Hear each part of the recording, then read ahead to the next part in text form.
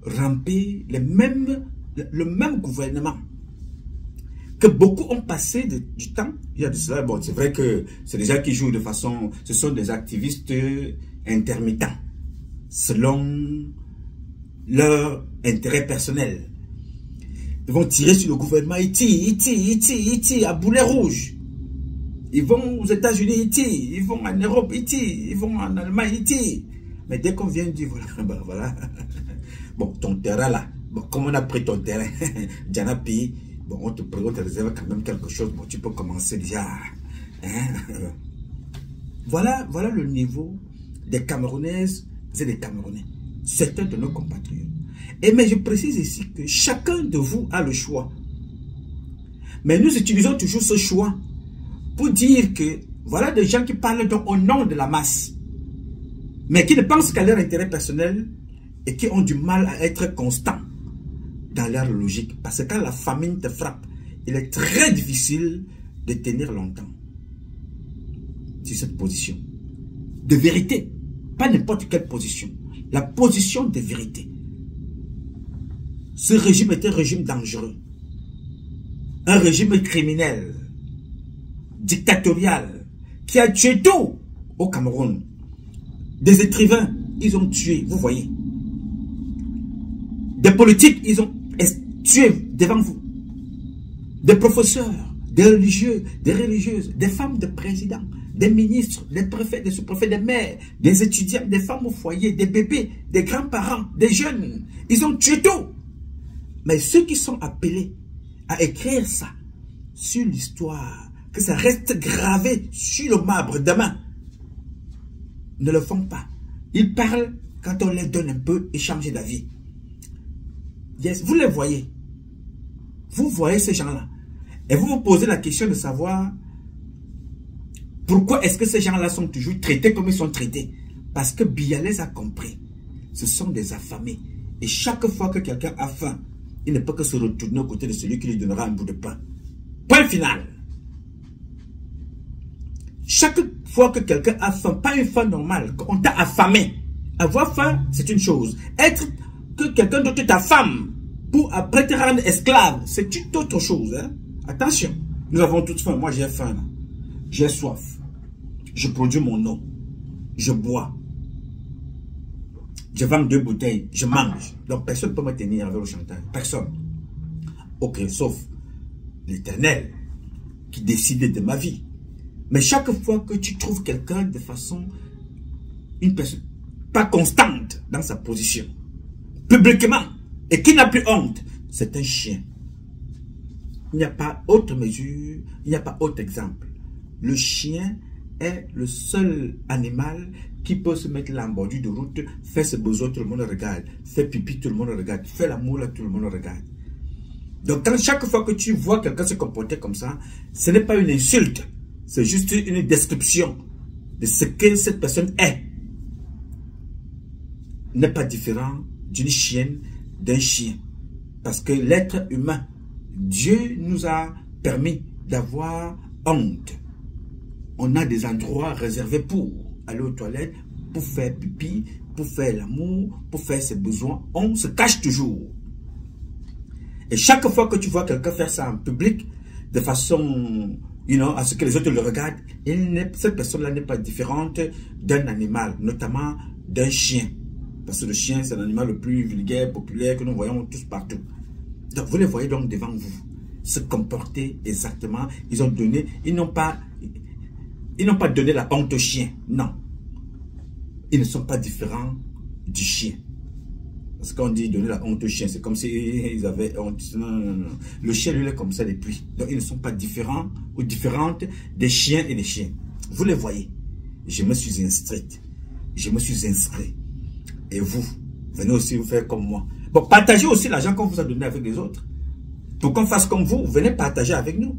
Parce que, notamment, si toi, mon cher ami et monsieur, tu es allé t'inscrire et tu demandes aux autres d'aller s'inscrire, vu ton niveau et vu ce que tu disais avant, vu les vues et les vues, des vues et des vues, on doit te payer. Parce que c'est ça votre logique, qui n'est pas la bonne. On t'a donc payé que va faire le zozo comme tu fais là. Et tu invites les gens à aller se faire inscrire. Pour qui? On s'inscrit pour qui? Si c'est pour te lire, je comprends. Es-tu candidat? Non. Tu vis où? Hein?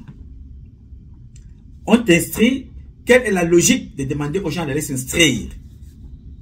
Chers frères, ouais, n'avons pas nous honte à un certain moment de ce que vous êtes, des hommes politiques, des intellectuels de haut vol.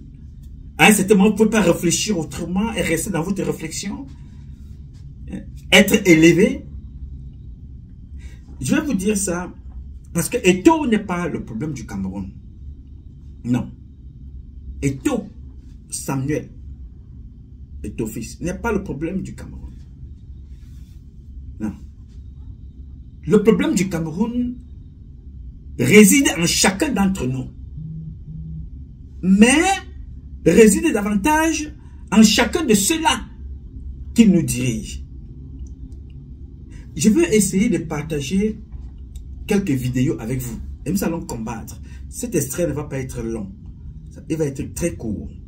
Je vous invite donc à regarder la vidéo de ce monsieur-là. Écoutez, regardez. Ah, bonsoir man. Bonsoir mon frère. Regardons un peu un beurre chocolat là, s'il te plaît. Tu as ta carte d'électeur. Ma carte d'électeur. Pour acheter le pain, il faut la carte d'électeur. Il faut la carte d'électeur. Donne-moi un jus là-bas. Toi, tu as ta carte d'électeur. Non, carte d'électeur. Donne-moi un... Vite allez mon Hitler. Ah, c'est bon. Tu n'as pas la carte d'électeur, pas te servir mon frère, désolé. Ah. Donc pour me servir le pain, il faut la carte d'électeur. Il faut la carte d'électeur, c'est ça. Bien. Vous avez vu ce compatriote, il est dans son rôle. Personne ne peut critiquer sa position. Personne ne peut critiquer son choix. Il est en mission. Ou il est en mission pour lui, pour ses convictions, ou il est en mission parce qu'il a été commandé, comme la plupart de certains de nos compatriotes qui le sont, journalistes, hommes politiques, activistes, lanceurs d'alerte, influenceurs, comme ils aiment se faire appeler. Chacun est dans son rôle et dans sa mission. Ce gars qui demande à son frère, c'est humoristique, mais c'est un message important qui est là pour les membres du gouvernement. Ça ne peut pas en être autrement. Toute personne en cet état de choses qui sort cette phrase-là de sa bouche, demandant aux autres d'aller s'inscrire, est en mission pour Paul Biya. Point final. Je n'ai pas besoin de te demander de t'inscrire. Pourquoi? Pourquoi je vais te demander d'aller t'inscrire? Le monsieur qui parle là, il aurait pu faire la même chose aussi avec les cartes d'identité. Que si tu n'as pas une carte d'identité, je ne te vends rien. Si tu n'as pas une carte d'identité, je ne te vends rien. Si tu n'as pas l'eau à la maison, je ne viens rien acheter ici, parce que je ne sais pas ce que tu as préparé. Si tu n'as pas d'électricité, je ne te vends rien. Ça aurait été un bon slogan, non? Vous ne trouvez pas? Ça aurait été quelque chose de bien, n'est-ce pas? Pour dire qu'on ne te vend rien, si tu n'as pas ta carte d'identité, parce qu'on ne sait pas. Tu peux être comme ça, quelqu'un qui va acheter des allumettes alors que tu es un Boko Haram pour venir exploser le pays. On veut avoir ta carte d'identité pour savoir qui tu es. Donc il faut que nous soyons tous identifiés, identifiables. Ça aurait été un bon slogan. Mais comme ce slogan-là n'arrange pas les gens du système qui ont tout volé pour aller faire votre carte d'identité aujourd'hui, il faut que tu ailles faire le pied de grue, tu payes, tu couches, on te condamne une maladie, ou alors, voilà, tu te retrouves là avec un récépissé qu'il faut renouveler depuis 5 ans, 6 ans pour certains. Récépissé. Et le délégué fait des circulaires, écrit des circulaires pour dire renouveler à souhait tous les récépissés. Même périmés. Il faut renouveler. Alors, nos compatriotes comme celui qui vient de parler là, le Waya Waya que vous venez d'entendre là, je dis Waya Waya, ce n'est pas une insulte, mais c'est celui qui refuse de penser pour lui-même et pour la masse.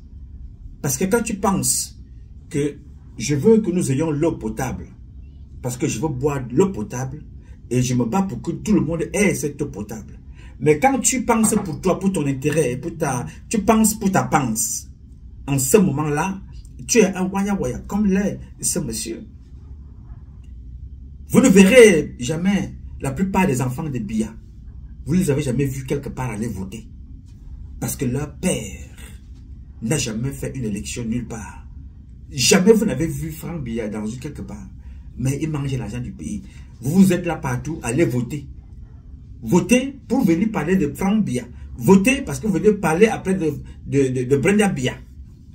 Elle ne vote pas. Mais elle mange l'argent des beignets et de la boutique de ce compatriote Waya Waya. C'est ça la différence.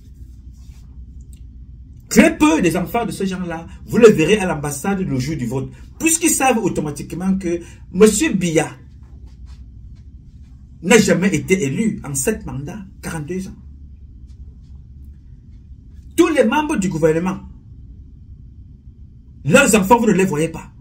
Bon, vous pouvez voir leurs femmes de temps en temps pour faire semblant dans les organisations, la fondation Chantal Biya, Serac, ainsi de suite. Chacune veut se présenter quelque part avec le pain. Parfois même arriver là-bas, elle ne vote même pas, elle déchire, elle met dans la poche et sort. Chacun fait son one-man show. Mais vous verrez toujours les enfants Waya Waya, pas les enfants des Waya Waya. Les enfants Waya Waya, parce que nos parents sont des nobles qui ont fait de vous ce que vous êtes. Et vous refusez de réfléchir et de penser par vous-même et pour vous-même et pour la masse. Aujourd'hui, vous voyez des gens partout. D'autres sont en Europe. Vous dites d'aller s'inscrire, mais sont interdits d'aller à l'ambassade du Cameroun, à l'ambassade d'Allemagne, du Cameroun en Allemagne, l'ambassade du Cameroun en Belgique. Ils ne peuvent pas aller au Cameroun, mais vous demandent d'aller vous inscrire. Je ne peux pas dire que tous les Camerounais sont bêtes. Non, je ne peux pas me... Non, je ne me permets pas. Je ne peux pas me permettre. Mais je vous attire seulement votre attention. Que chacun d'entre vous observe. Et que chacun d'entre vous apprenne à penser par lui-même. Quand vous voyez ce monsieur qui vous demande de venir lui présenter une carte d'électeur pour aller voter, vous comprenez que c'est un monsieur qui a faim. Oui, monsieur, ce monsieur-là, c'est un monsieur qui a faim. Et si vous cherchez bien, vous allez comprendre qu'il porte les couches aussi. Oui, puisque c'est la définition qu'on vous a donnée. Il est incompréhensible, pour moi, chacun a son raisonnement, que voilà des personnes qui n'ont pas de problème, qui vivent au Cameroun, à la présidence de la République, en buvant du renard, le champagne. Des gens vivent, ils n'ont pas de problème d'eau, ils n'ont pas de problème d'électricité. Ils disent voilà, ok les gars, allez vous inscrire, allez faire le mouvement, allez faire agiter les gens là-bas dehors, dans les réseaux sociaux. Vous les voyez, mais le plus important, c'est que les gars, ceux qui ont pensé, donc les Camerounais, parce que la plupart des technologies que vous voyez aujourd'hui là, d'une façon ou d'une autre, les Camerounais sont là-dedans. Les Africains sont dans toutes ces technologies. Ça nous a permis d'enregistrer, de garder les mêmes archives que nous avons aujourd'hui pour Oumnobel aux Nations Unies. Les mêmes archives, vous les aurez demain me concernant dans ce que je dis. Nous les aurons demain vous concernant dans vos actes et comportements. On vous opposera ça. Toi, tu vas t'inscrire pour voter pour qui? À moins 20 mois des élections, il n'y a rien. Moins 20 mois. Et on va se lever comme ça un jour. On vous dit, bon voilà, Paul Biya est candidat, ou tel est candidat, venez voter. Oh, vous courez aussi comme des moutons. Vous vivez sans eau, sans électricité. En insécurité, on tue tous les jours. On agresse tous les jours. Les motomanes sont assassinés tous les jours par des camions. Les gendarmes et les policiers sont tués tous les jours au Nozo. Franck Biya mange, il est dans les avions. Brenda Biya.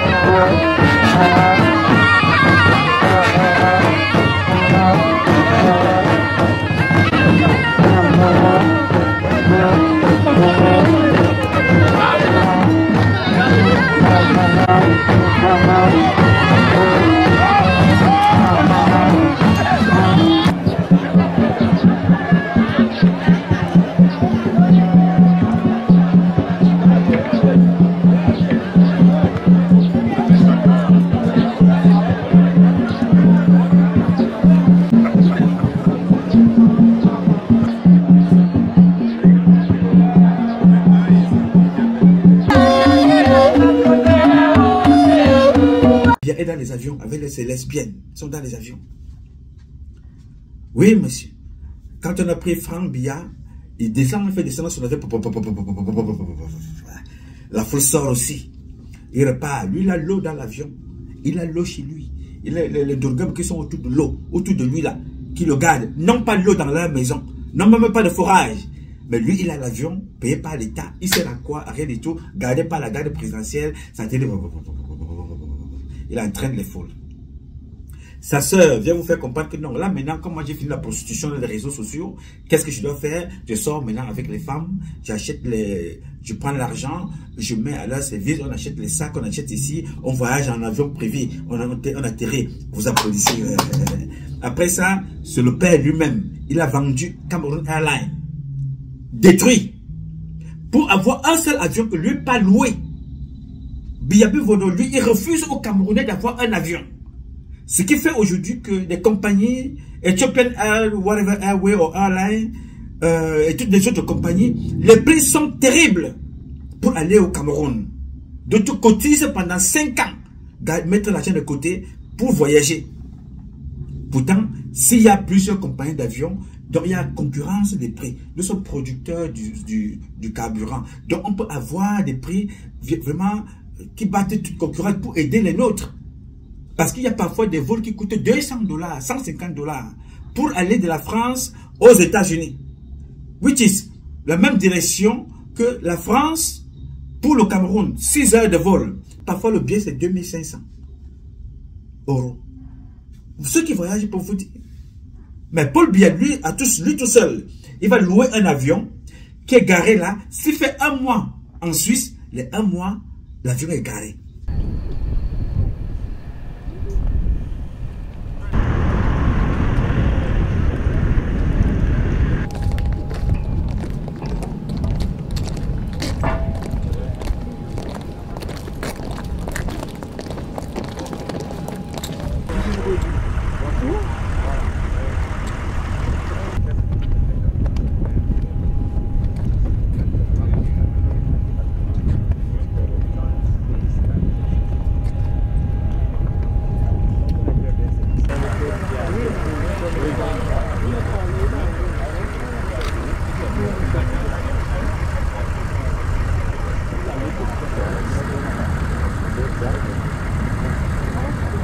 Il est fort.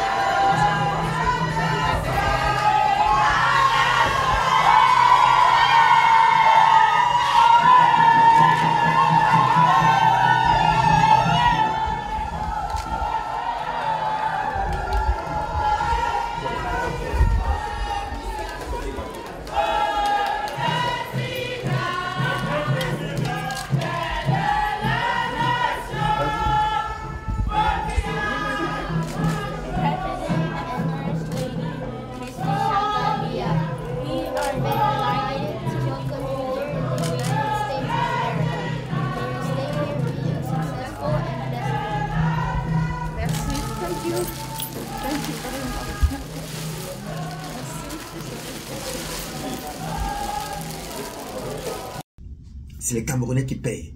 Quand ce n'est pas lui, c'est sa fille. Quand ce n'est pas sa fille, c'est sa femme. Et quand ce n'est pas sa femme, c'est son fils Paul Biya. Oui, le même genre. Franck Biya. Oui, monsieur. Et comme ça ne suffit pas, après, bon, vous avez donc maintenant un autre qui rentre en jeu, qu'on appelle Ethofis, qui arrive aussi avec la même foule. On amène comme ça, et on suit.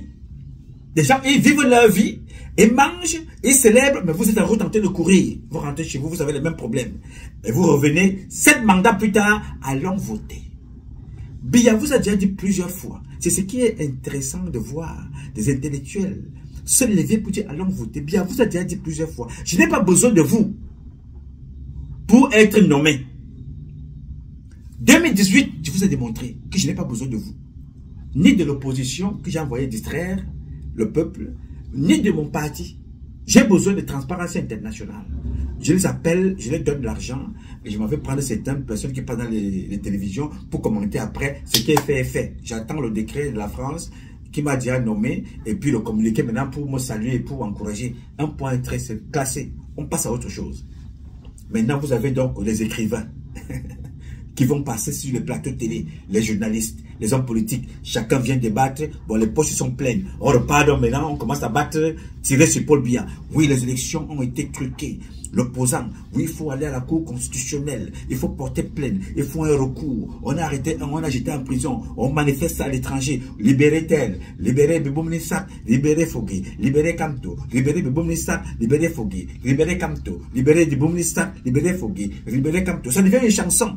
Là, le mandat de Paul Biya, lui, qu'on venait de lui donner, hein, est en train de courir. Pendant ce temps, les enfants des autres que vous avez entraînés derrière vous sont morts en prison. Mais vous, au moins, vous êtes en prison, mais vous avez les poches pleines. Yes! C'est ça la différence entre vous et les gens qui vous demandent d'aller voter. Et ils sont dans leur rôle. Vous allez comprendre pourquoi ils sont dans leur rôle tout à l'heure. Ceux qui vous demandent d'aller voter là, ils fonctionnent exactement comme le monde, le mauvais monde. Vous allez comprendre ça. Je vais vous parler de quelque chose dans la prochaine vidéo demain. Parce qu'aujourd'hui, j'ai voulu attirer votre attention là-dessus. Parce que demain, je vais vous parler de l'une des personnes qui est entrée dans l'histoire du Cameroun avec les 2 pieds, mais il a décidé de ne pas y rester. Je vais vous donner 4 noms. Il y a eu Amadou Ahidjo au Cameroun. Il y a eu Nyobe au Cameroun. Il y a eu Paul Biya. Il y a eu Kamto. Il y a eu John Fundi. Je ne veux citer que ces 5-là. Mais parmi les 5 que vous voyez là, écoutez bien, parmi les 5 que vous voyez là, il y a 3 qui sont rentrés dans l'histoire et ont refusé de rester. Qui sont rentrés dans l'histoire et ils ont refusé naturellement de rester dans l'histoire. Et de rester dans la poubelle de l'histoire. Ils sont rentrés dans l'histoire avec 2 pieds.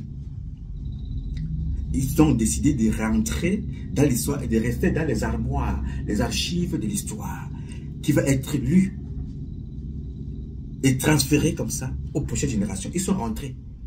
Mais eux-mêmes, ils ont décidé de ne pas rester là-bas. dans les encyclopédies, dans les tomes et des livres. Ils sont sortis d'eux-mêmes. Comme le poisson qu'on sort de l'eau sale. On met dans l'eau propre, saute du panier, tombe encore dans l'eau sale et s'en va. Ils ont exactement fait pareil. Je vous parle là de John Fundi et de Kamto Maurice. Demain, préparez-vous à écouter ce que Kamto dit à Paul Biya, devant Paul Biya. Vous avez vu ça une fois, vous avez oublié. Je suis allé vous chercher ça. Vous connaissez comment je m'appelle, non? L'archiviste Patrice Numa, fils de la République. Rappelez-moi ça, c'était ce soir que demain, Numa, mais parlez-nous de la rencontre de Paul Biya et Kamto. Personne n'a jamais fait ça sur la terre du Cameroun. Kamto l'a fait. Il a donc décidé de sortir de vos mémoires, de sortir de nos bibliothèques, de l'histoire positive et bonne pour les prochaines générations et de plonger dans l'histoire, dans la poubelle de l'histoire. Je vais vous raconter ça demain. Ce n'est pas le but de la publication.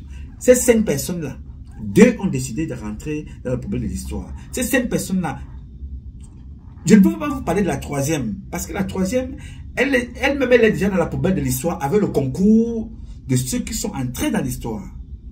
Parce que Paul Biya, lui, il est entré dans l'histoire des médiocres présidents, avec le concours de Kamto, avec le concours de celui qu'on appelle Atanganandi, Jean Atanganandi, parce que c'est un gars bêtis, Jean Atanganandi, connu sous le nom de John Fundi. Donc Paul Biya est rentré dans l'histoire, dans la poubelle de l'histoire, avec le concours de ces gens-là.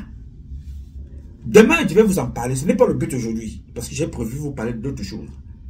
Donc il faut faire attention à ces gens-là que vous voyez.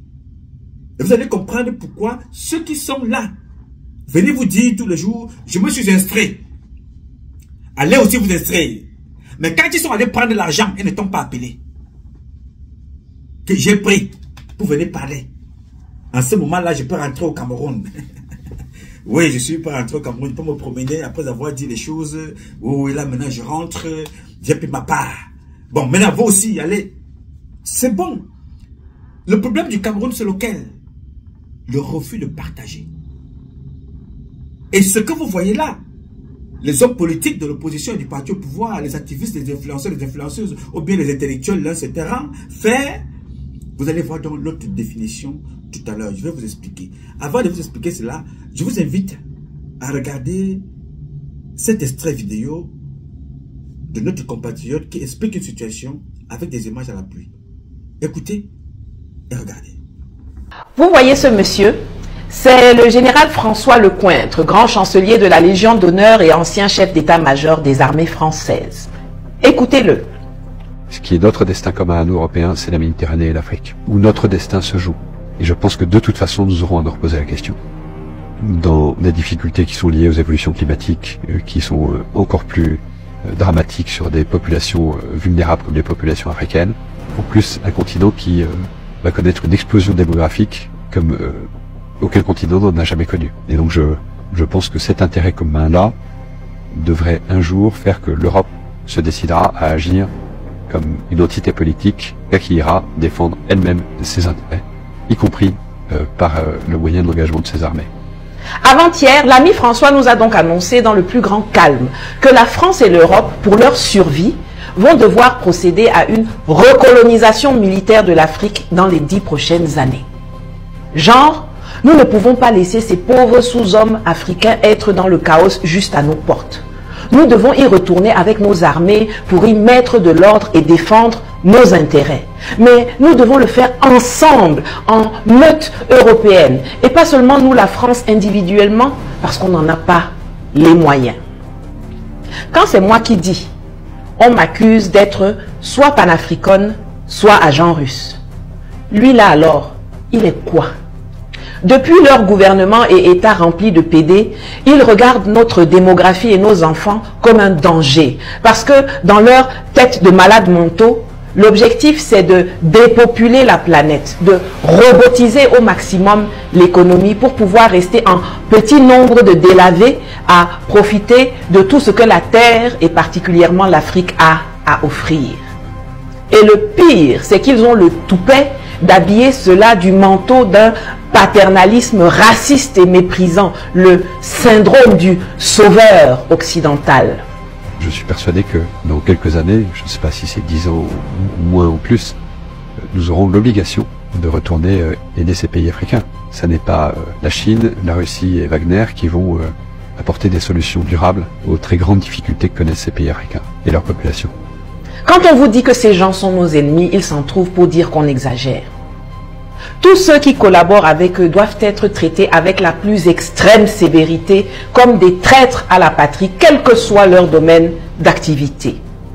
Il faut extirper chaque cellule de ce cancer qu'on appelle France, Europe et Occident. Tout gouvernement africain de la zone qui prétend préserver les intérêts de son pays et de ses populations doit avoir au programme la rupture intégrale avec la France pendant au moins 15 ans. C'est une question de survie. CFA, entreprises françaises, écoles et centres culturels français, programmes scolaires français, ambassades françaises, armée occidentale, langue française, à tabé, out, finito, dehors. Soit c'est nous qui survivrons en les dégageant totalement de nos territoires, soit c'est eux qui gagneront en nous soumettant définitivement. Au peuple français, je veux dire que ce n'est pas vous qui êtes nos adversaires. Mais nous ne pouvons pas rester inactifs envers les politiques nuisibles et les actions impérialistes que vos gouvernants mènent à notre endroit en votre nom. Si vous les laissez agir comme ça sans réagir, alors nous, on va se débarrasser de vous tous. On va couper les ponts avec vous tous. Je vais terminer avec les mots du général dans la même interview. Citation. On ne fait pas la guerre pour la démocratie, mais pour les intérêts de la France. Fin de citation. Leurs militaires planifient la guerre contre nous, mais ils veulent que nos militaires quittent à la tête de nos États. Au moins, c'est clair pour tout le monde. Vous ne direz pas qu'on ne vous a pas prévenu. Bien, vous avez donc écouté notre compatriote Nathalie Yam et le général qui parle. La particularité avec les Français, c'est que ce général n'est pas le premier. Ça va, on n'a pas besoin de faire un buzz là-dessus. Je remercie d'ailleurs notre compatriote Nathalie Yam qui fait un travail énorme, considérable, pour sensibiliser. Ce général-là n'est pas le premier. Je vous avais déjà parlé de Nicolas Sarkozy, qui avait parlé de ça, prenant la gauche. Il avait fait, je vous avais publié ça, il ne va pas y revenir. Il avait parlé de ça. Écoutez, je suis né en 1955, j'ai 64 ans. Quand je suis né, c'était pas si longtemps quand même. Il y avait 2,5 milliards d'habitants. 2,5 milliards d'habitants. Sur moins de la vie d'un homme, la population mondiale a été multipliée par 3. C'est incroyable. Dans 30 ans, nous serons 9 milliards. À la fin du siècle, nous serons 11 milliards. Mais c'est fait. C'est-à-dire, quoi que nous décidions, c'est fait. Donc, le choc n'est pas un choc climatique. Il y a un dérèglement climatique évident auquel il faut apporter une réponse. Mais le plus grand choc mondial, c'est le choc démographique. Des dérèglements climatiques, le monde en a connu, qui ont conduit pour certains à la disparition de 80% des espèces du vivant. C'est pas pour ça qu'il faut rien faire. Au contraire, il faut faire. Mais un choc démographique, comme celui que nous sommes en train de vivre, le monde ne l'a jamais connu. Jamais. Dans 30 ans, le Nigeria aura plus d'habitants que les États-Unis d'Amérique. Au plus court, la Méditerranée, c'est 780 km, au moins large. On va passer de 1,2 milliard d'Africains à 2,5 milliards. Donc, je dis, la crise migratoire n'a pas commencé. Elle n'a pas commencé. Elle est à venir. Alors, on peut refuser ça, si on veut. comprenez-moi. C'est d'ailleurs la première source de pollution, par parenthèse. Parce que vouloir promouvoir le développement durable sans poser la question de l'explosion de la démographie mondiale, ça n'a aucun sens.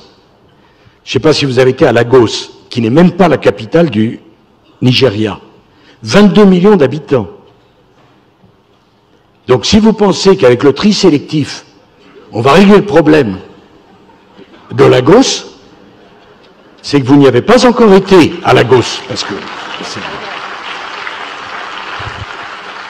ma voisine dit ça aidera, certainement. Mais je voudrais vous dire une chose, 22 millions de gens qui consomment bien, ça fait plus de dégâts qu'1 million qui consomment mal.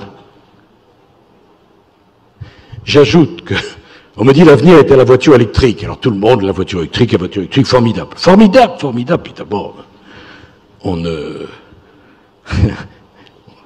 Il faut faire attention à ce qu'on dit maintenant, puisqu'on ne peut plus rien dire. Donc, mais je pose quand même une question. La voiture électrique, elle consomme de l'électricité? Non. Bon. L'électricité, il faut la produire. Et donc on a l'Allemagne qui a fait rouvrir toutes ses mines de charbon pour produire de l'électricité. Il y avait un ministre de l'écologie, là, dont j'ai oublié le nom, qui dans la même journée a dit, avec l'autorité, dans 10 ans, il n'y aura que des voitures électriques. Parfait, très bien. Et tout le monde d'applaudir. Et dans 10 ans, on aura fermé la moitié des centrales nucléaires.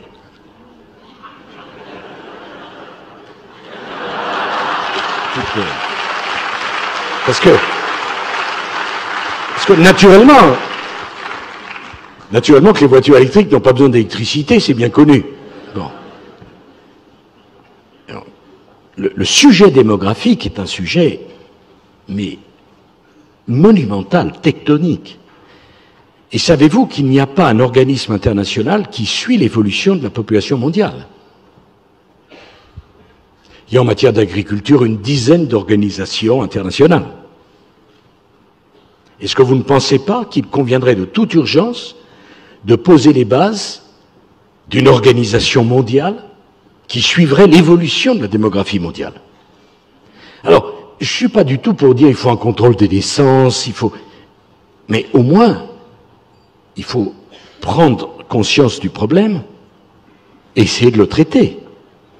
Déjà qu'on ait des éléments statistiques viables. Les Chinois, et on ne peut pas leur donner tort, ils n'ont plus les moyens de payer leur retraite, viennent de décider qu'on ne mettrait plus en place la politique du un enfant. L'Afrique subsaharienne, la moyenne d'enfants par femme, c'est de l'ordre de 5. Donc, si on n'agit pas très rapidement, on va au-devant d'une catastrophe extravagante. La question, combien d'êtres humains peuvent-ils vivre en même temps sur cette planète? C'est un sujet... J'entends bien les difficultés, le désir d'avoir des enfants, ce que ça peut représenter. Mais est-ce qu'on ne voit pas que toutes les espèces du vivant, un jour, ont vocation à disparaître par surpopulation ou par appauvrissement des ressources? Et est-ce qu'on pense que pour nous, les humains, ça ne se posera pas? Et je suis assez fasciné de voir, à juste titre, la discussion sur le climat et la gêne quand on discute de l'évolution de la démographie mondiale. Alors je vois là, cette jeune Suédoise si sympathique et si souriante. Tellement originale dans sa pensée. Mais la question de cet organisme qui suivrait l'évolution de la démographie mondiale, de la réflexion que nous, les Occidentaux, on doit avoir avant les autres, parce que l'écart entre nous et l'Asie, non seulement ne s'arrête pas, mais ça croît encore. Puisque c'est 4 milliards 800 millions, mais demain, ça sera bien plus. Et dans la foulée, je pense que l'Europe doit de toute urgence se réunir avec l'Afrique pour décider d'un plan d'infrastructure monumental en Afrique, pour essayer d'augmenter le niveau de vie de l'Afrique, parce qu'il semble, je dis il semble, qu'il y ait une corrélation entre le niveau de développement et l'explosion de la démographie. Il semble, enfin en tout cas, c'est ce qu'un certain nombre de gens disent. Et c'est vraiment les sujets passionnants de demain et extrêmement difficiles. Je n'ai pas les solutions, naturellement. Mais ces sujets-là, ils sont tectoniques. Merci beaucoup, Monsieur le Président. Tous parlaient de ça. Et tout récemment, je vous ai parlé aussi le contraire de ce qu'il disait, ou du moins une autre façon de voir des choses, de monsieur Emmanuel Macron. Parce qu'on reproche à nos femmes, à nos sœurs, aux Africains de faire beaucoup d'enfants. Dans l'un des discours d'Emmanuel Macron, il demande à ses compatriotes, faites des enfants. Notre France sera aussi plus forte par la relance de sa natalité. Nous étions jusqu'à récemment un pays dont c'était la force, sans doute la singularité en Europe, quand on se comparait aux voisins. Et c'est moins vrai depuis quelques années. Alors il y a derrière cela des angoisses qui vont avec la société, peut-être des choix pris jadis sur certains sujets financiers. Il appartiendra au gouvernement de poursuivre ce travail, mais je voudrais insister sur 2 points pour essayer d'améliorer les choses. Après l'allongement du congé paternité, je crois profondément que la mise en place d'un nouveau congé de naissance sera un élément utile dans une telle stratégie. Congé de naissance qui viendra remplacer le congé parental actuel. D'abord, il sera mieux rémunéré, il permettra aux 2 parents d'être auprès de leur enfant pendant 6 mois, s'ils le souhaitent. Et surtout, il sera plus court que le congé parental actuel, qui peut parfois aller jusqu'à 3 ans, et qui éloigne beaucoup de femmes du marché du travail, mais qui aussi crée beaucoup d'angoisse parce qu'il est extrêmement peu et mal rémunéré, et donc crée des situations parfois impossibles. La natalité baisse aussi parce que l'infertilité progresse. Et je parle là d'une forme de tabou du siècle, mais les mœurs se changent, on fait des enfants de plus en plus tard, l'infertilité masculine comme féminine a beaucoup progressé ces dernières années et fait souffrir beaucoup de couples. Un grand plan de lutte contre ce fléau sera engagé pour permettre justement ce réarmement démographique. Il a raison de faire des enfants. Il a raison de demander à ses compatriotes de faire des enfants. Parce que c'est la richesse la plus importante de la société. Alors, on va empêcher les Africains d'en faire. Parce que eux, ils ont choisi le matériel. Alors, quand vous entendez ce général-là parler comme il parle là, il n'est pas le premier. Il a raison. La France a raison de faire ce qu'elle fait en Afrique. Oui, monsieur. La France a eu raison de faire ce qu'elle a fait au Mali, au Burkina, au Tchad, en Centrafrique, au Niger, au Gabon, au Congo, et au l'autre Congo, au Bénin, au Togo, partout. La France a raison. Totalement raison à 100%. Parce que c'est leur vision. C'est leur vision de s'accaparer. C'est leur vision de maintenir leur hégémonie. Vous n'avez pas intérêt à vous développer. Les États-Unis ont raison de s'implanter partout. C'est la 2e fois que je vous parle de ça.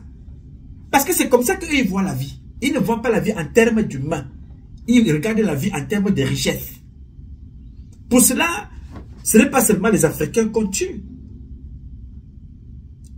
Les gouvernants français ont réussi à tuer des Français en Côte d'Ivoire pour faire croire aux gens que c'était Gbagbo.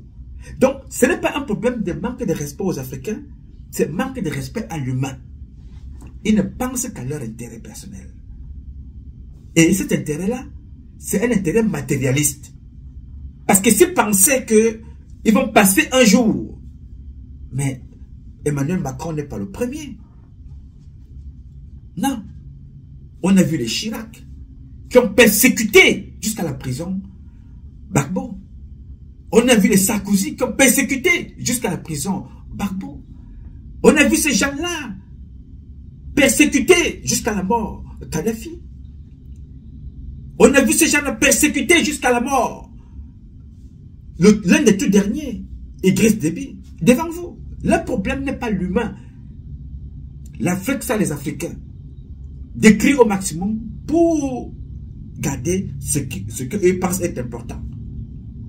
En ce moment-là, les enfants qui ont compris que pour nous, ce n'est pas une question de matériel. Parce que l'Afrique en a beaucoup, partagé avec les autres.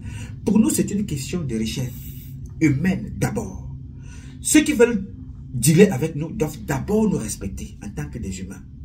Notre pays est ouvert à tout le monde, dit le président sénégalais. On va travailler avec tout le monde, mais respectez-nous. Faites ce que vous avez à faire chez vous. Respectez-nous. Alors les enfants là ont compris. Et voilà, notre priorité c'est laquelle? Ici, c'est d'abord les Sénégalais. Ici, c'est d'abord les Maliens. Ici, c'est d'abord les Centrafricains. Le peuple burkinabé, le peuple du Niger. C'est d'abord eux. Alors pour cela, vous qui travaillez chez nous, et vous faites travailler les Sénégalais dans ce pays, et vous partez payer des intérêts, les taxes ailleurs, à partir de maintenant, pour l'intérêt de notre peuple, que nous ne souhaitons pas voir humilié, vous payez vos impôts ici, ça nous permet de travailler. Ce sont des enfants d'Afrique qui ont aussi pensé comme ça. Aussi longtemps que Macron pense pour son pays, qu'allons là-bas, les faire comprendre que Boko Haram tue. Donc nous pouvons les protéger. Là, c'est sa stratégie. Vous allez nous payer d'être là-bas. Et là, ça nous fait vivre notre peuple et nous-mêmes. On vend les armes, on apporte des armes, on fait ce qu'on a fait. On vend même les armes, c'est trop dit. On vient avec nos armes, on fait ce qu'on a fait. Vous devez nous payer. Ça, c'est pour l'intérêt, leur intérêt à eux. Parce que ce n'est même pas pour l'intérêt du peuple français. Parce que l'un des peuples qui souffre au monde en ce moment, c'est le peuple français. Alors, ce sont les gouvernants qui en profitent. Alors, ceux qui ont compris ont donc décidé de voir la politique autrement. Et pourquoi ce général sort? Il se rend compte que non. Depuis quand avez-vous déjà entendu parler de ce général? La France existe depuis très longtemps. Mais pourquoi il sort maintenant? Parce qu'avant, ce sont des gens qui faisaient des coups. Vous ne les attendez pas. Ils utilisent donc tous les moyens maintenant pour essayer un peu entre l'intimidation et le fait que ça ne peut plus se contenir. Cette façon de faire ne peut plus se contenir parce qu'il fallait la faire en secret. Mais là, ils viennent parler. C'est trop. Il faut qu'on aille les envahir. Pourquoi ils pensent comme ça? Parce qu'ils se rendent compte que ceux-là qu'ils avaient mis sur place pour contenir les peuples n'ont plus la main. Et ils sont obligés maintenant de sortir publiquement pour dire, alors, il faut aller là-bas les envahir. Et dans cette mission-là, ils n'ont pas que des généraux.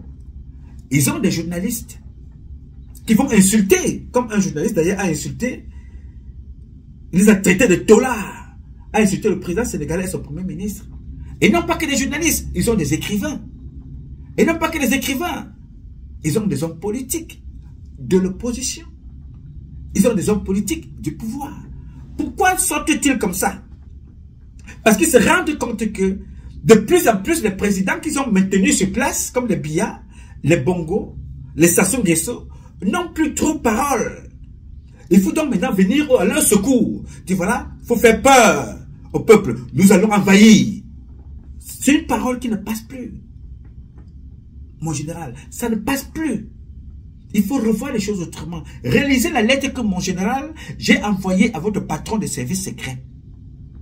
S'il vous plaît, mon général, relisez cette lettre-là. Lisez, j'ai écrit cette lettre-là. Lisez. Et cette lettre-là, je n'ai changé que l'enquête. J'ai envoyé cette lettre au président Nicolas Sarkozy à son temps, à Hollande à son temps, à Emmanuel Macron actuel, et à son patron de service de renseignement. Je lui ai envoyé. Ça ne marche plus comme ça. Changer de paradigme. Alors, vous voyez donc que ça commence à changer un peu partout. Les jeunes commencent à voir les choses différemment. La géopolitique mondiale a changé. Vous avez maintenant les Russes, vous avez les Indiens, vous avez les Brésiliens, vous avez la Chine, vous avez l'Afrique du Sud, vous avez des pays qui ont décidé d'agir différemment. Les peuples sont en train de s'émanciper. Pendant que eux, ils sont en train de promouvoir le fion, le papa et maman. D'autres peuples disent que voilà, tenez. Le message du président sénégalais est clair.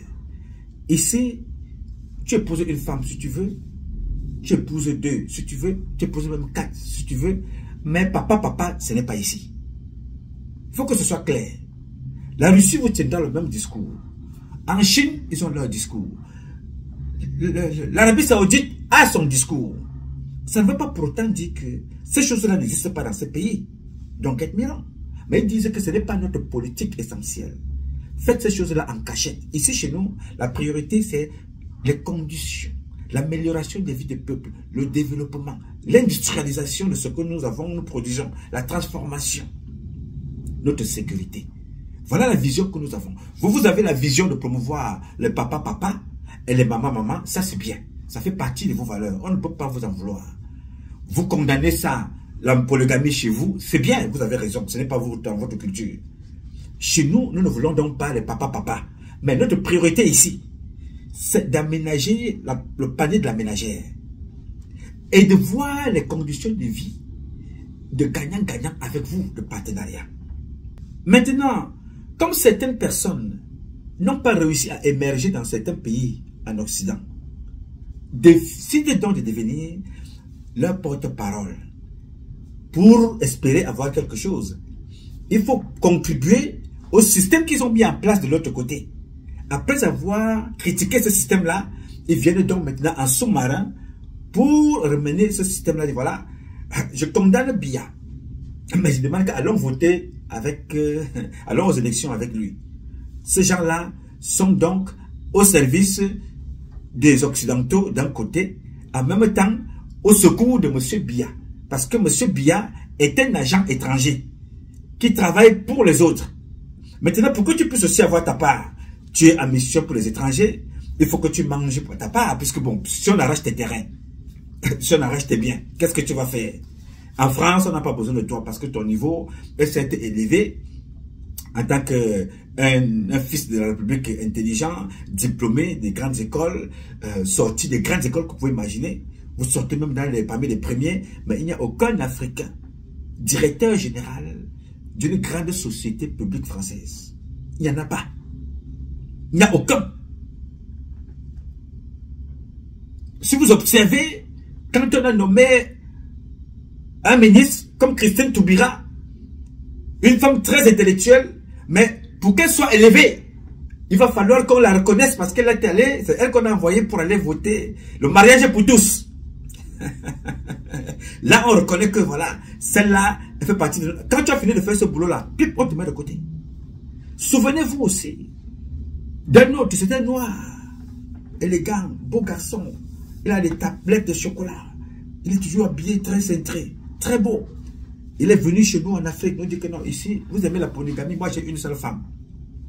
Mais moi, en tant que président du pays que vous connaissez, je vais vous demander ici que, voilà, validez ici le papa, le fion. Je suis venu vous dire ça, que c'est ça qui est bien. Mais moi-même, j'ai une femme. Mais je viens vous dire ici, en Afrique, monsieur Macky Sall, et les autres là. Oui, Ali Bongo, oui, vous êtes où là? Bon, validez le fion. Oui. C'est ça, le noir qui est accepté dans ces milieux-là. D'un côté, vous avez ceux qui valident le mariage pour tous. C'est Christine Taubira. Vous avez de l'autre côté, celui-là qui est venu en Afrique. C'est toujours lui qu'on envoie. Toujours le noir. Tu vas donc te rendre compte que l'autre côté, on te dit, il faut aller secourir la France. La France est attaquée. Hitler est en train de tuer les Français. Ce sont les Noirs qui partent libérer ce pays-là. Ce sont les Noirs qu'on viendra encore emmener pour détruire ce pays-là. Vous les voyez donc maintenant raser les murs. Allons voter. Ils sont conscients que ça fait 7 mandats. 7. La même chose. Avec les mêmes personnes. Rien n'a changé. Et ces personnes écrivent des livres. Font des documentaires.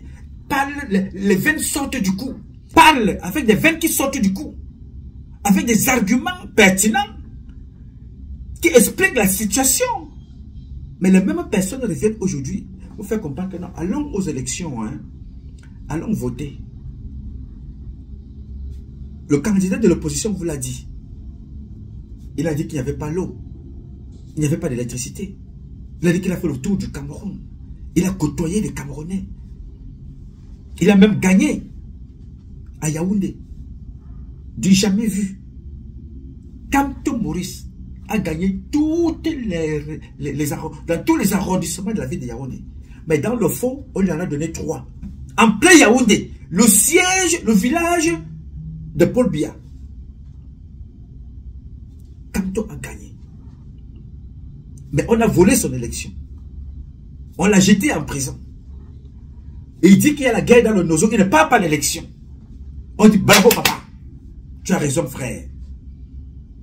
Bravo, on n'y va pas. Et il dit bon, j'y vais à l'élection. Je suis sorti de prison. Je suis contre la politique de la chaise vide. Je ne vais pas à l'élection. On dit bravo papa. La chaise vide n'est pas bonne. Si cette chaise est vide, est-ce que c'est bien? Bon, il faut que nous ça c'est là pour qu'il y ait quelqu'un. Non, non, non. Je suis contre la politique de la chaise vide. On dit bravo. Président élu. You are the number one, bro. Keep it up.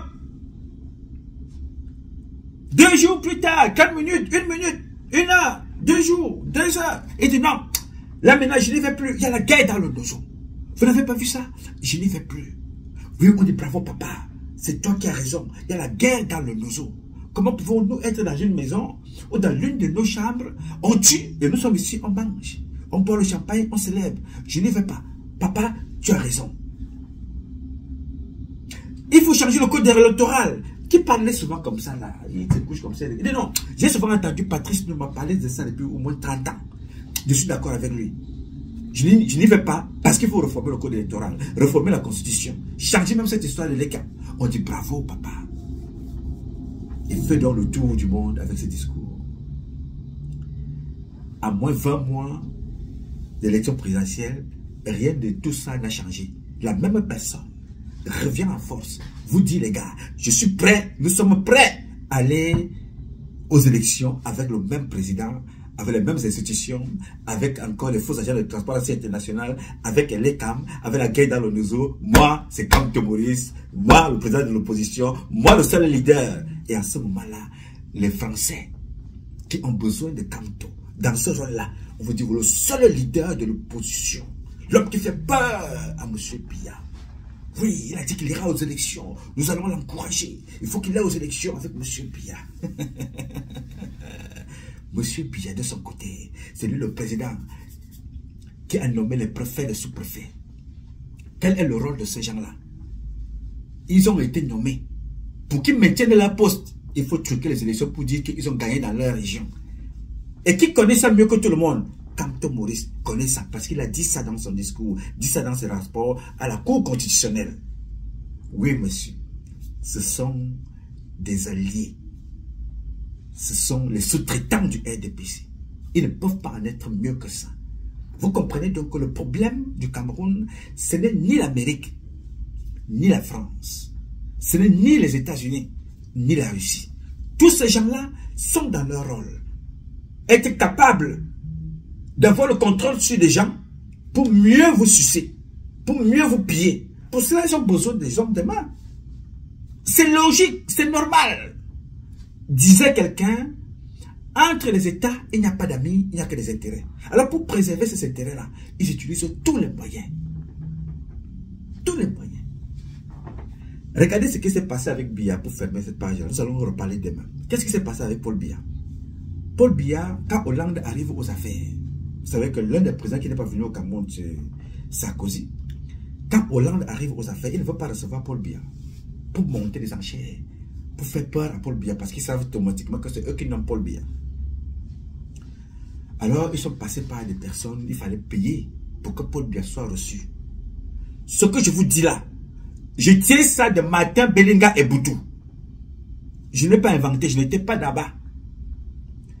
Alors, il fallait absolument que Paul Biya soit reçu par Hollande. Hollande ne le reçoit pas.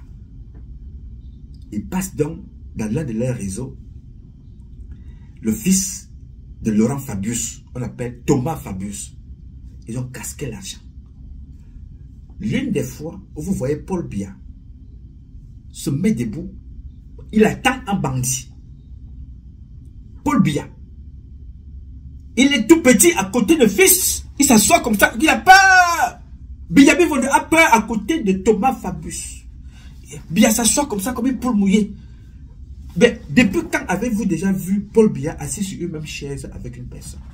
Futur président, tu es assis là-bas, Paul Biya est assis ici sur sa place, vous parlez, après vous vous levez, vous saluez les mains. Paul Biya est assis côte à côte, il est là, comme ça, avec le fils de Laurent Fabius, s'appelle Thomas Fabius.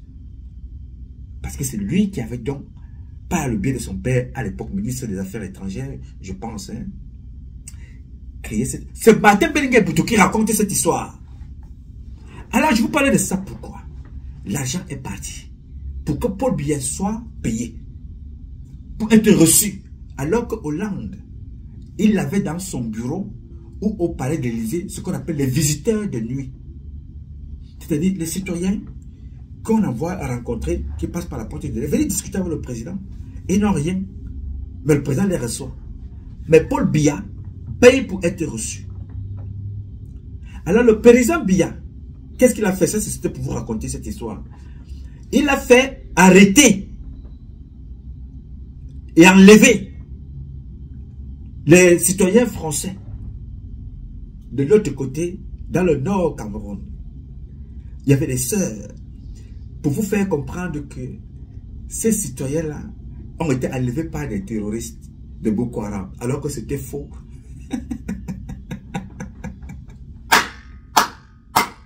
Ouais, c'est pas possible. Le peuple camerounais, le peuple africain n'est pas maudit. Non, il y a des Africains qui sont maudits. Oui, monsieur. Il dit qu'on a enlevé des Français. Il faut donc la rançon. Il faut payer. Pourquoi il fait ça? Pour revenir en odeur de sainteté au niveau de la communauté internationale. Pour dire qu'il est crédible dans le jeu de ces gens-là qui imprimentent les actions terroristes partout. Est-ce que c'est moi qui parle de ça? C'est pas moi qui parle de ça. C'est celui qu'on appelle Idriss Déby, qui dit que c'est la France qui organise le terrorisme dans son pays, le Tchad. Yes. Alors, quand Paul Biya dit que il y a eu des enlèvements chez lui, c'est pour venir au secours de la France et pour que lui-même soit aussi élevé au niveau des mêmes personnes, des leaders qui combattent à l'échelle internationale le terrorisme dans son pays. Alors que les sœurs, il y avait une sœur qui était malade. Il y avait une sœur qui était malade. Alors chaque fois, les militaires qui l'ont enlevé allaient régulièrement dans la pharmacie du corps, allaient par les remèdes pour venir lui donner. Au Cameroun. Le commissaire qui a enquêté dans cette affaire, le commissaire Biloa, a ici. Et ce monsieur-là, ce commissaire-là, il est au quartier, il avait été enlevé de la police depuis, il est au quartier depuis au moins 42 ans. Major de l'ENAM. Major. Il est sorti parmi les premiers à la fin de sa formation à l'école des officiers, des commissaires de police. On l'a mis au quartier pour une histoire inventée parce qu'on n'a pas envie des esprits éclairés dans ce pays. On l'a mis de côté. 42 ans. Comment pouvez-vous expliquer qu'un major se retrouve au quartier depuis 42 ans? Alors vous avez des commissaires qui sont des bandits dans la République, qui volent, qui braquent et qui tuent dans ce pays-là. Mais ils sont là parce qu'ils servent le système. L'un d'eux a été arrêté à Douala pour trafic de drogue, trafic de l'or. Ils sont nombreux. Alors, je te parle de ça pour t'expliquer que la France est dans son rôle. Moi, je ne peux pas combattre la France. Non. Je peux pas. J'ai des problèmes avec des Camerounaises et des Camerounais qui doivent apprendre à réfléchir d'eux-mêmes. Quand vous ne pouvez pas réfléchir de vous-même et vous voulez agir comme les Sénégalais, mon ami, vous êtes des papiers hygiéniques des gouvernants français et de Paul Biya. Alors, ce qui est important, ça c'est le petit sucre que je voulais t'amener à la fin. Ce qui est important pour toi, ce que tu devrais comprendre dans ce qui se passe, pour comprendre comment la France méprise Paul Biya, méprise Obiangema, méprise Ali Bongo, méprise Idriss Déby, tous ces présents-là. Et je leur donne totalement raison. Il faut mépriser ceux qui ne vous apportent rien. Il faut les utiliser comme des papiers hygiéniques, il faut les jeter. Dès que la France vous a open ses portes, on dit qu'ils sont confirmés dans la nomination de président. Tu as été élu. Mais en réalité, tu as été nommé par le président en place. On dit, ok, tu as deux avantages. Deux. Le premier, c'est qu'on te donne des armes. Quelques armes. Celui qui tente de se lever. Les armes que les militaires ont, ce n'est pas pour protéger le peuple camerounais et le Cameroun, non. C'est pour te protéger. Si quelqu'un se lève, tu zigouilles, tu coupes la tête. Deux, tu peux facilement venir investir ici. Tu investis, tu achètes des immeubles, tu les laisses là, ça te fait... Tu investis ici, tes comptes bancaires, on les protège. Personne ne viendra te poser des questions. C'est nous qui t'avions nommé. Et des pingouins, des waya people, vont se lever, ils vont faire pareil. Et qu'est-ce que la France fait? Le jour où la France n'est plus contente et décide de te frapper, tu sais comment elle appelle ça? Bien mal acquis. Les biens mal acquis sont mal acquis où? Au Cameroun, en Guinée, au Tchad, en Centrafrique. Mais qui juge les biens mal acquis? C'est la France. Qui porte plainte à Biya ou à Ali Bongo ou à Biangema? C'est une association française. Après, où va cet argent? Dans une caisse française. Ouais. Non, Omnobel, tu étais un grand. Patrice Lumumba, tu étais fort. Je veux tirer mon chapeau. Bon, ils sont à leur début, hein, mais il faut dire bravo au jeune président Bassirou, à son premier ministre Sonko. Alors, quand vous regardez ça, vous vous rendez compte que nous avons affaire à une association des pingouins, une association des waya. Donc, qui est décentralisée. Il y a des présidents, il y a des ministres, il y a des journalistes, il y a des écrivains. Chacun dans son niveau joue cette musique-là.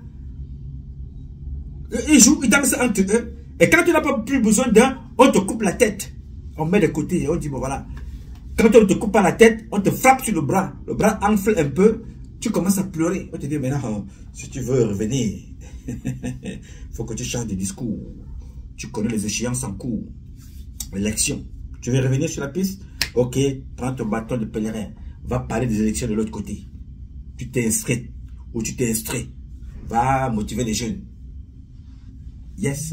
Et ils y vont. D'autres avec le fion PSC, avec un peu d'argent dans les fouilles, et ils vont donc faire ce que vous voyez là. Alors comment voulez-vous être comme les Sénégalais quand vous ne pouvez pas, vous n'êtes pas capable d'assumer vos convictions? Pas contre quelqu'un. Être capable toi-même de faire la différence. Que moi, je n'ai pas d'eau potable chez moi. Pendant 12 mois. Non, non seulement je n'ai pas l'eau, ce n'est pas un problème. Je peux aller puiser mon eau à la sauce. Mais je suis obligé de payer l'eau que je n'ai pas. Je suis obligé de payer l'eau que je n'ai pas. Je n'ai pas d'électricité, bon, ce n'est pas grave, j'ai mes bougies, mais je suis obligé de payer l'électricité que je n'ai pas. Bon, jusque là, ce n'est pas grave. Mais l'argent que je paye était au moins destiné à assurer ma sécurité. Non, on tue ton enfant, on tue ta fille, on tue ta femme et toi-même. Par la suite. L'argent que je paye pour au moins permettre à construire des écoles. Non. L'argent que je paye pour au moins servir à aménager les conditions de vie du peuple camerounais. Non. Ça sert au champagne, Chantal Biya, à sa fille, au voyage, aux perruques, à corrompre certains d'entre vous. Et puis, dès que c'est fini, vous repartez dans la rue, allez manifester. Et qu'est-ce qu'on te demande à toi quand on t'a donné 1000 francs? Dès qu'on t'a donné 1000 francs, on dit, bon, attention, comme tu as reçu tes 1000 francs là, va faire des vidéos, va insulter les activistes, insulte Nouma, va dire que Nouma a faim, va dire ça. Tu dis que Nouma a faim, c'est un déserteur, il a fui l'armée, va dire ça. Oui, dis que Nouma qui parle là, il dort dans la rue, va dire ça. Bon, je n'ai pas les unités. Non, prends le téléphone. Prends. Bon, LG. Bon, donnez-lui 5000 là. Bon. Vous avez un.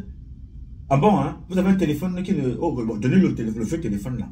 Bon, donnez-lui la puce. Il a l'un de ses opérateurs là. Mettez-lui la puce là. Oui, il va insulter Nouma. Toute personne qui veut, tu insultes. Oui, oui, oui. Bon, de temps en temps, quand les unités ne sont plus là, tu appelles, il te met un peu d'unité. Hein? Vous n'avez pas l'eau à la maison? Non, non, ça c'est quoi ça? Toi aussi, tu es jeune. Vous êtes jeune. Mais comment toi aussi? Il y a Amouane, il y a l'eau, le Kinkébé. Mais va chercher l'eau au quartier, là, tu cherches l'eau. Vous aurez l'eau. Hein? Toi, tu parles de quoi? On a tué ta mère. Et de quoi? On l'a agressée. Ah, elle aussi faisait quoi dehors? Les mamans aussi, quoi. Il faut la surveiller. Ah, mon gars, maman. Ben, tu dis que la maman, on a tué la maman dehors, fais comment? Toi-même, tu comprends que. Ben, tu dis que tu étais où? Tu as fait un goût clair. Hein? Tu as fait. Tu continues. Tu as fait comment? Hein? Qu'est-ce qui s'est passé? Tu as eu le master. Ah, ben comment? Mais tu as eu le master. Mais, hein? Prends son nom, hein. Prends le nom, donnez ton nom, donnez ton nom, hein. Oui, ton nom, donne-lui ton nom. Donne ton nom au SG. Mais je ne savais pas que tu avais ton master. Hein, master B, master KC, master 2. Ah. Bon, tu as aussi eu le master 1, tu as eu les deux. Et tu es au quartier. Ok. Mais, bon, prends son nom. Dès que tu as donc donné le nom, tu vas voir le SG. Bon, petit. Bon, comme le ministre a dit là, toi-même tu as suivi comment le ministre a dit que je prenne ton nom. Il y a ces histoires-là. Tu as vu ton collègue de l'autre côté, non? Il était. Bon, tu sais que le rendez-vous pour t'entendre, pour la demande que tu as envoyée là, c'est au Hilton. Hein? On va se retrouver là-bas au niveau du Hilton. Donc, bien que tu as Hilton. Dès que tu arrives en bas, là, tu vas rencontrer quelqu'un en bas. Dès que tu arrives, tu me dis comment tu seras habillé. Tu seras habillé comment? En t-shirt, hein? Oui, bon. Et tu auras quoi, le jean? Le jean que tu portes, tu auras là. C'est le même, hein? Oui, tu auras le jean bleu, c'est ça? Un peu déchiré. Ok, tu auras le jean bleu, t-shirt. Bon. Dès que tu vas rentrer, quelqu'un va te reconnaître. Mets une casquette et tu inclines la casquette là un peu de côté. Et quand il te voit seulement, tu ne poses pas de questions, il va te donner une clé. Et il va te dire quel étage. Tu arrives là-bas. Et tu vas faire exactement ce qu'on te demande. Dès que tu arrives là-bas, on finit donc de te défoncer. De derrière. Tu ressors là-bas. À partir de là, tu as donc ton premier travail. Oui. Tu as ton premier travail. On te trouve un petit truc là. Oui, c'est toi qui sais les courses à aller déposer. Maintenant, pour évoluer, pour que tu commences à avoir un bureau. À Tébé-Yéné, vous avez dit que Amat Toumouna avait cantonné à Tébé-Yéné dans un coin. Il avait il avait un bureau et une chaise. Il n'avait rien. Un docteur qui donnait les cours. Et lui qui est allé chercher Amat Toumouna au quartier. Amat Toumouna vendait les habits. Vendeuse d'habits. On a fait des ministres de la culture. Et celui qui est allé la chercher au quartier, là, vendre les habits, c'était à Tébé-Yéné. À Tébé-Yéné, lui avait un petit bureau. Et on te dit donc, toi, pour que tu puisses avoir un bureau maintenant, il faut exactement faire comme le petit qui a tué sa mère et a tué sa grand-mère. À ce moment-là, on va t'élever. Et tu as une mission. Tu ne parles pas. Tu vas exactement faire comme le militaire que tu vois là. Et toi, on l'appelle et toi. Il a donné sa femme pour porter le galon. Il a donné son fils, il a donné sa mère. On a pris sa vie. Tu prends ça. Tu fais comme ça. Après, on va prendre aussi ta vie. On ne te dira pas tout ça. Mais après, on prend ta vie.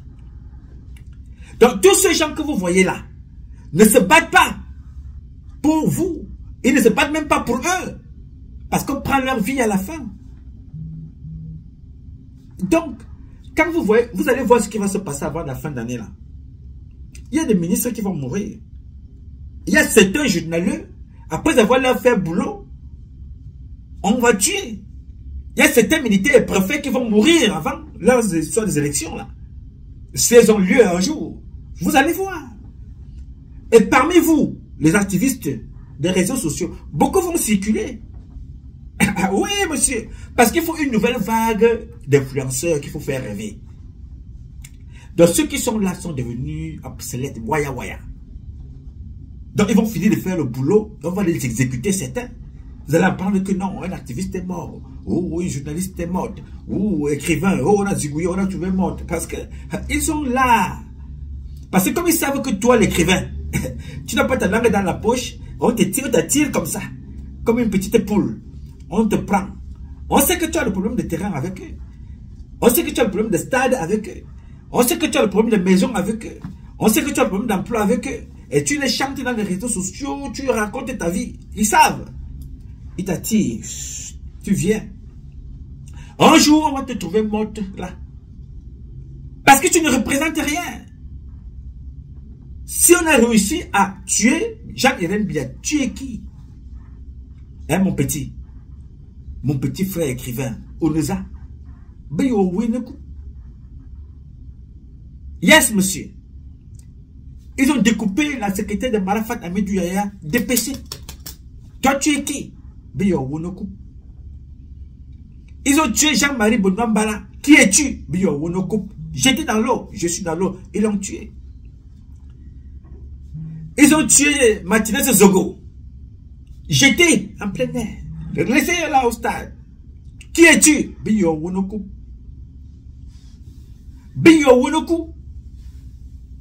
Parce que tu ne représentes rien pour eux. Et c'est la même chose qu'ils font avec les chefs d'État. Ils ont fini, ils n'ont plus besoin de toi. On te tue comme ça devant tout le monde. Comme ils ont fait avec celui qu'on appelle Idriss Déby. Vite fait. Ils ont fait avec Mobutu. Vite fait. Tu es journaliste, tu représentes quoi à leurs yeux? Surtout que tu bavardes beaucoup. Et donc, comme ton bavardage n'est qu'un bavardage pour ton intérêt personnel, qu'est-ce qu'il reste à faire? On te zigouille et on passe. Et on continue. Combien de personnes vont te pleurer et puis quoi? À faire clasher sans suite. Alors que tu serais rentré dans l'histoire. Parce que tu es un grand journaliste. Parce que tu es un grand opposant. Parce que tu es un homme politique. Parce que tu es un grand écrivain. Mais tu as décidé d'entrer. Un pas en arrière, un pas devant, un pas derrière. On dit que non, celui-là, elle a faim. Non, celui-là, il a faim. On appelle. Tu manges un peu avec eux. Un jour, comme tu ne vas pas faire tes trucs là tout seul, tu parles trop. C'est même dans le verre, sur un plateau de télé, qu'on va te donner le nchou. Tu rentres chez toi, tu meurs. On n'en parle plus. On fait classer sans suite. Journaliste de mes couilles, homme politicien de mes whatever, ou alors écrivain de je ne sais pas trop quoi. Classé et on continue. Au suivant. Voilà comment le système fonctionne. Yes. Voilà comment le système de Paul Biya fonctionne. Et ce n'est pas selon celui de Paul Biya. Voilà comment ça fonctionne à l'international. Parce que les gens n'ont pas de conviction. C'est le matériel qui prime. Pour eux, que tu sois blanc ou que tu sois noir, vous êtes tous pareils. Des gens à détruire pour qu'un petit groupe continue à déstabiliser le monde. Regardez le monde. Il y a les feux partout. Partout, les feux. Parce qu'un petit groupe de personnes, quand vous cherchez le démon, on vous montre toujours des images avec un noir, avec les cornes sur la tête, machin, truc. Regardez vous-même autour de vous. Dites-moi où est le démon et qui ne le connaît pas. Calmez-vous. Citez-moi combien d'endroits dans le monde aujourd'hui en sécurité. Les bombes, c'est partout. Dans mon propre pays, le Cameroun, depuis 2016, plus de 30 000 morts. Chaque jour, ces gens-là envoient des mercenaires en utilisant toujours des noirs au Mali pour aller tuer le peuple malien, au Burkina, au Niger. Vous allez voir, le Sénégal, c'est l'un des peuples calmes. Mais, il y a de cela quelques années, ils ont déjà commencé à parler de terrorisme. Ils disent même qu'ils ont donné de l'argent à des milliards à Macky Sall pour combattre le terrorisme. Comment combattez-vous le terrorisme dans un pays qui n'a pas de terroristes? Vous comprenez donc? Aujourd'hui, on tue partout. En Ukraine, c'est les pauvres qui meurent. Les victimes sont... Ça ne dit rien à personne. En Russie, les enfants détruits sont tués. On n'a pas fini avec la Russie et l'Ukraine. Nous sommes aujourd'hui en Palestine. On tue là-bas, alors c'est la magie. Là-bas, c'est autre chose. On n'a pas fini avec la Palestine en Israël. On tue les bébés, on enlève, on maltraite. On n'a pas fini avec ces gens-là. Aujourd'hui, on est en Iran. Voilà un peuple où les gens te parlent des droits de l'homme. Et toi, pauvre Camerounaise, pauvre Camerounais, pauvre Africain, pauvre Africaine, tu vas te mettre dans des comportements comme ça. Allez vous inscrire sur des listes. Je me suis inscrit et vous autres. Ne t'inquiète pas. Mon cher, ma chère, je connais le système. Comme je disais d'ailleurs à mon frère, ce n'est pas Eto'o le problème, non. Eto'o fait partie du système, mais il n'est pas le problème. Eto'o n'est pas différent de Momo, Eto'o n'est pas différent de Madeleine Tchente, Eto'o n'est pas différent de celle qu'on appelle Kecha, Célestine. Eto'o n'est pas différent de Atanganji. La seule différence entre Eto'o et tous ces gens-là relève de lui-même qui a fait son parcours professionnel d'un enfant footballeur. Donc il peut vivre sa vie sans rien attendre de personne. Mais il a donc décidé de rentrer dans le système des manipulateurs. Il devient donc un membre du système de Waya Waya. Donc Eto'o n'est pas le problème. Eto'o fait partie d'un système. Donc tous ces gens-là sont au service de l'autre côté. Personne n'est là au service des Camerounaises et des Camerounais. Personne. Alors toi qui es donc à l'international, qui n'arrive pas à acheter le terrain au Cameroun. Yes, tu n'arrives pas à acheter le terrain. Quand on va voter un président, on vote le président pourquoi? Quand on vote le président avec des propositions. Je veux officialiser la double nationalité. Je veux revoir la multiple nationalité. Je veux revoir le code minier, le code de vente de terrain, le code de vente de pétrole, le code de qu'est-ce que sont ceux qui ont la double nationalité là? Comment vont-ils vivre au Cameroun? Parce que toi, qui es américain, passeport en main, et tu es camerounais, tu es français, tu es allemand, tu es anglais, tu ne peux pas acheter le terrain au Cameroun n'importe comment. Mais le Chinois achète ton terrain sans problème et il te chasse même. Quels sont tes intérêts et tes avantages? Tu n'en as aucun. La seule chose qui te reste à faire, c'est que si tu t'amuses, on te jette en prison. Mais c'est celui-là que tu as appelé, quand tu as demandé de venir insulter Nouma, que tu vas appeler quand tu es en prison, pour dire, on parle de mon affaire. Alors que hier, tu étais pour allons voter. Je m'appelle Amoko Belenga. Allons voter. Je m'appelle Bruno Bidjan. Allons voter. Allez vous inscrire. 7 mandats. Au 7e mandat, on te prend, on te jette en prison. Patrice Nouma que tu détestais, Patrice Nouma que tu combattais, et d'ailleurs c'est lui que tu appelles. Donc, le comportement que tu as là, c'est le même comportement que les Français ont vis-à-vis des chefs d'État africains. Ils les utilisent comme des choses. Toi aussi, on t'utilise comme une chose. Quand ils n'en ont plus besoin, on te jette en prison, on te tue ou tu fuis en exil. Les chefs d'État africains, quand on n'a plus besoin d'eux, ceux qui ont la chance, on les fait partir quelque part, comme on a fait partir Macky Sall, on lui donne un petit poste. Ceux qui sont très dangereux, on les prend, on les jette en prison. Sinon, on te tue comme on a tué Mobutu. On a laissé mourir Mobutu et on a tué Idriss Déby. Vous n'êtes pas différents. Vous voulez qui vienne vous apprendre ça? Personne ne peut vous apprendre cela. Vous devez apprendre de vous-même. Parce que nous sommes dans une académie des apprenants. Personne ne peut vous apprendre cela. Vous devez apprendre ça de vous-même. Ce que j'ai appelé l'apprentissage par observation. Vous avez bâti votre vie pour être des hommes populaires dans les réseaux sociaux, dans votre domaine, des écrivains, des journalistes, des cinéastes, des cinéastes, et tout ce que des opposants, des hommes politiques. Mais comme vous n'avez pas de place dans votre pays, comment est-ce que ces gens-là vont vous utiliser? La manipulation de masse. Quand Patrice Nouma parle, on dit non, allez lui donner l'argent, ce qu'il va dire, les autres vont suivre. Mon ami, je suis un homme constant, cohérent, persévérant, imparfait. Je reste sur ma position. Je dis pas d'élection avec M. Biya. Je suis pour une transition. Et s'il n'y a pas de transition, je souhaite que chacun de vous propose quelque chose. Parce qu'une élection avec quelqu'un qui a tous les pouvoirs, ça n'a pas un sens. Il n'est pas un nouveau candidat. Il est là depuis 7 ans et c'est de la même chose. Et les journalistes, les écrivains vont l'accompagner. Et vous venez appeler des gens pour aller... Vous m'appellerez pour venir faire partie de ce théâtre-là. Non. Je suis un garçon mûrement éduqué, qui est capable de penser par lui-même. Je ne peux pas être ici, j'ai soif, j'applaudis quelqu'un qui boit chez lui à la maison de l'eau. Mais moi, j'ai soif. Et cette personne-là qui n'a rien fait pour moi, en 42 ans, j'ai dit, viens m'aider à perpétuer mon existence, mon pouvoir. Viens applaudir pour moi. Mais moi, je n'ai pas l'eau chez moi à la maison. Mais il va me donner l'eau de pluie quand je m'en vais voter pour lui. Et quand je rentre, je m'en vais encore rester 7 ans encore au quartier sans eau.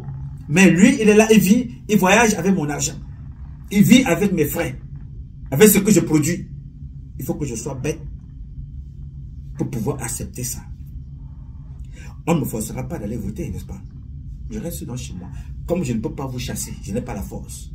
D'autres me disent que voilà, Numa, vraiment, on ne veut pas, vraiment, on ne veut pas que le sang coule au Cameroun, vraiment, on ne veut pas que le sang coule, vraiment, vraiment pas, vraiment, toi tu es radical, il ne faut pas que le sang coule. Je dis, je suis d'accord avec vous. Je me bats tous les jours pour que le sang ne coule pas. Parce que le sang coule dans le nozo, au nozo là-bas depuis pratiquement 2016. Le sang, celui qui a égorgé sa mère, ce qui sortait de sa maman, c'était l'eau. C'était l'eau qui sortait du corps de sa mère. C'était l'eau qui sortait du corps de sa grand-mère. Quand on a tué Jean-Marie Benoît Mbala, c'est l'eau qui sortait de son corps, ce n'est pas le sang. Quand on a tué la grand-mère Juliette et toi, tué par Grégoire Ouona, Adalben Diana et Mata Belinga Boutou, c'était le sang ou c'était l'eau? C'était le sang, monsieur. Ces gens-là font couler le sang chaque jour. Le colonel Boutouli, qu'on a tué là, c'était le sang ou c'était l'eau? C'était le sang, monsieur. Yes, sir. La secrétaire de Marafat Amédou Yaya qu'on a égorgé, découpé, dépecé, c'était le sang ou c'était l'eau? C'était le sang, monsieur. Ces gens détruisent devant vous. Et vous venez nous faire comprendre que je ne veux pas que le sang coule.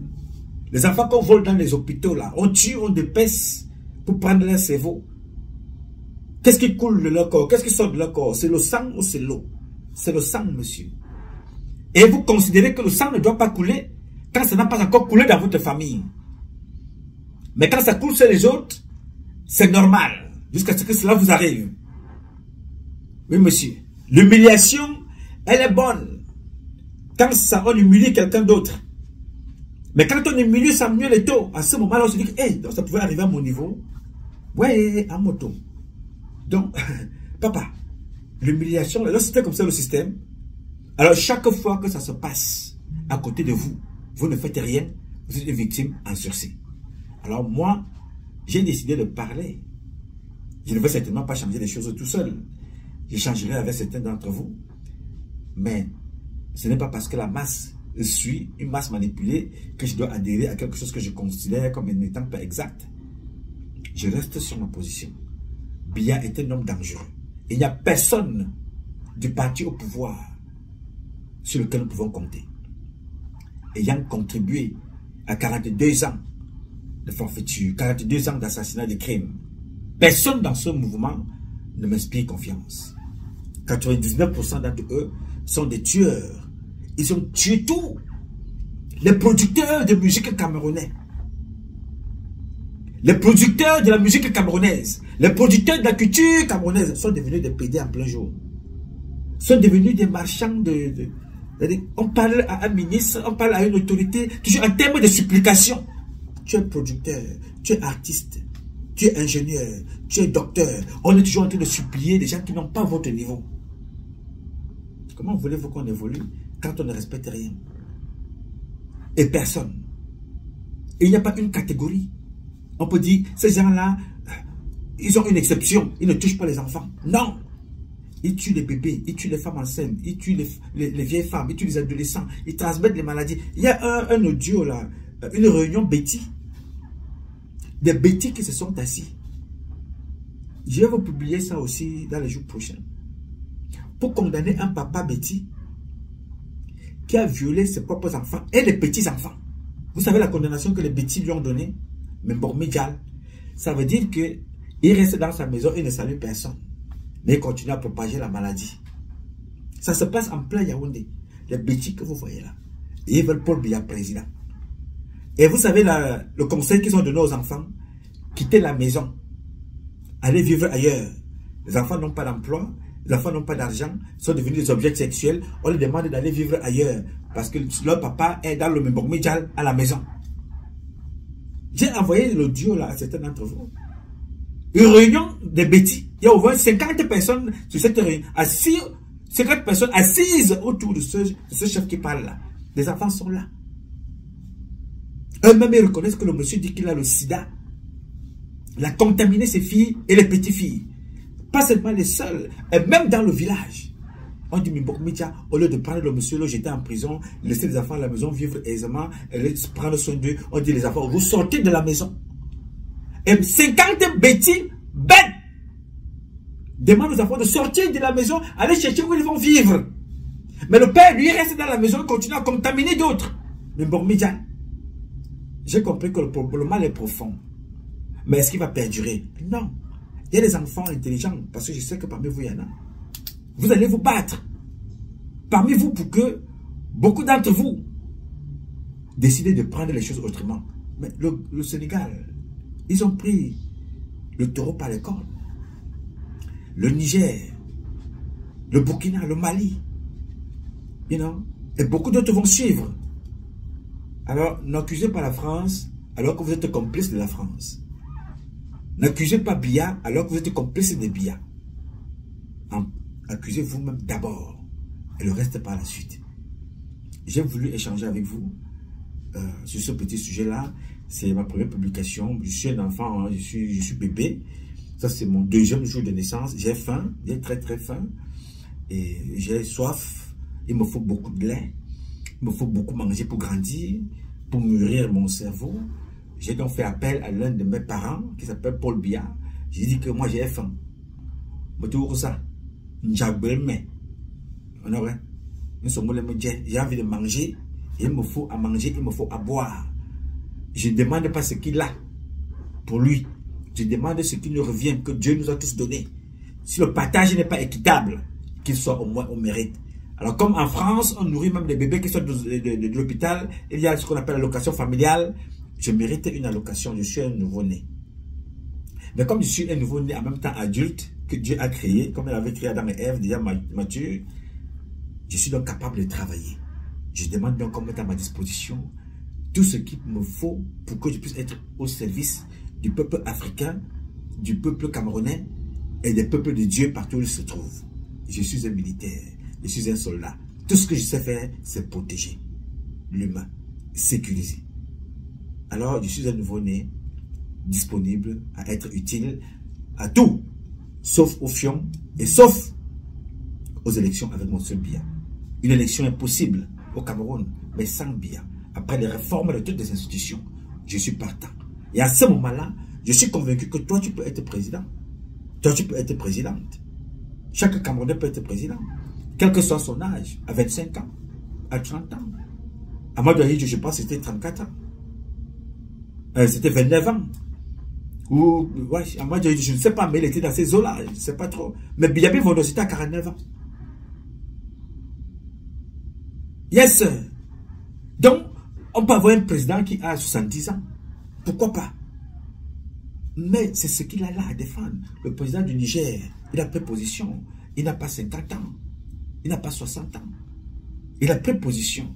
Il y a des jeunes au Burkina qui ont pris position. Il y a des jeunes au Mali qui ont pris position. Il y a des jeunes au Sénégal qui ont pris position. Ce n'est pas une question d'âge, c'est une question de maturité sociétale, de maturité intellectuelle, de maturité psychologique, de maturité politique, de maturité de la pensée, de la vision idéologique qu'on peut avoir au service de la masse.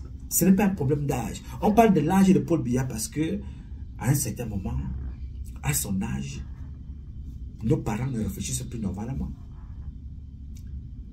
Yes, sir. Donc, ce n'est pas un problème d'âge. Il faut revoir le truc autrement. Donc, mes chers amis, je voudrais ici vous remercier de m'avoir accompagné, de m'avoir écouté. Le Cameroun est là, à la frontière du changement. Ou pérenniser les mauvais comportements, ou les changer pour que vous soyez aussi comme les autres. C'est-à-dire les peuples qui vivent de ce qu'ils ont. Alors si vous voulez continuer à survivre des subsides, de ce qu'on vous donne, de l'autre côté, parce que les gens ont fini de manger, vous donnent des miettes, allez voter. C'est sans moi. Je suis pour la réforme de tout ça. Et je sais que ça va se faire. Cette réforme-là se fera. De gré ou de force, le Cameroun va changer. Alors, il ne faut pas s'en prendre au général. Que j'ai bien voulu vous faire écouter au début de cette publication. Il ne faut pas s'en prendre à lui. Il est dans la logique de ce qui leur revient des droits. Dans leur logique.